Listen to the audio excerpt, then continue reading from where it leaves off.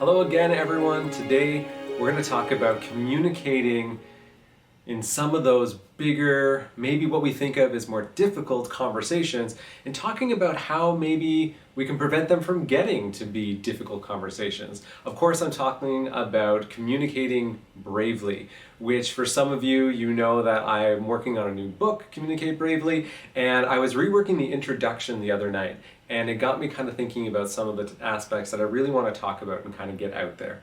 And one of the main aspects that comes up is why. Why do we need to have these difficult conversations? It's so easy sometimes to just kind of lie or find excuses or maybe just kind of put off those conversations longer and longer until we absolutely need to have them.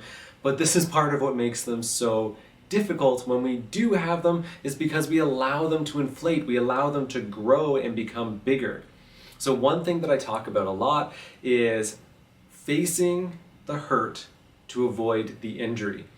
And this concept came from me in my teenage years when I used to play rugby. And I remember one time I was a flanker and my coach, I really didn't actually know the rules of rugby, but my coach was like, just go and hit whoever has the ball. And so I would get beat up a lot because I would just throw myself at people. I remember one game I had a cut over my right eye, there was blood coming down, and my coach took me aside and said, "Jason, are you hurt or are you injured?"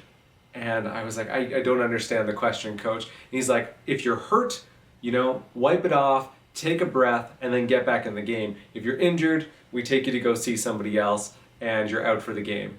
And that kind of stuck with me. So this idea of like, okay, yeah, hurt is something where you maybe need to take a bit of a pause.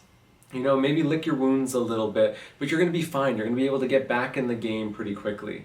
When we're injured, we often need external help to help us with that. It takes longer recovery time, and sometimes we don't fully recover from injuries. Like you break your ankle and it never kind of feels the same, or you need to do some serious rehabilitation to get it functioning the way that it was before you injured it. And it's the same thing with our relationships. And when I use the term relationships, I mean anyone that we are relating with. This could be coworkers, romantic partners, family members, so anyone we're in relationship with.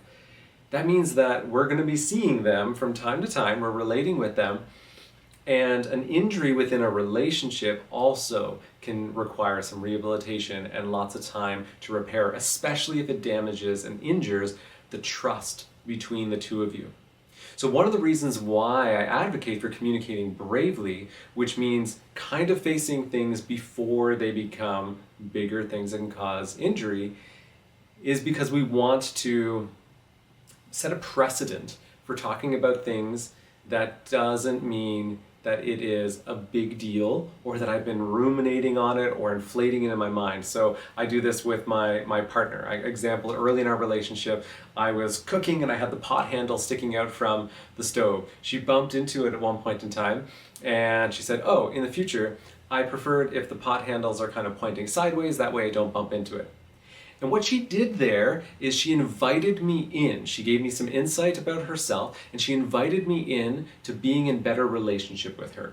Now what happens is if we let that build up, so if she bumped it, she didn't say anything because, okay, it's a new relationship, don't want to rock the boat, and then she bumps it again and bumps it again, I'm not thinking I'm doing anything wrong, I'm just cooking and leaving pot handles out because I want to be able to grab them quickly and flip and do everything that I don't actually do in the kitchen, but I want to imagine I do. If that builds up, then all of a sudden she maybe turns and her frustration is accumulated and she goes, "Would you please just turn the pot handle sideways?" And now I'm confused because I didn't know that I'm doing anything wrong, and I would turn and okay. But at that point in time, instead of inviting me in, that's actually a bit of an attack. So she's actually pushing me further away. And that's something that these injury moments within our relationships do, is they kind of create more of a distance, where sometimes it feels like a little bit of a sting when we bring it up early on, but it's actually an invitation in. So, obviously as I'm developing more of the concepts of this book and writing this book, I'll be speaking more on the different aspects of communicating bravely.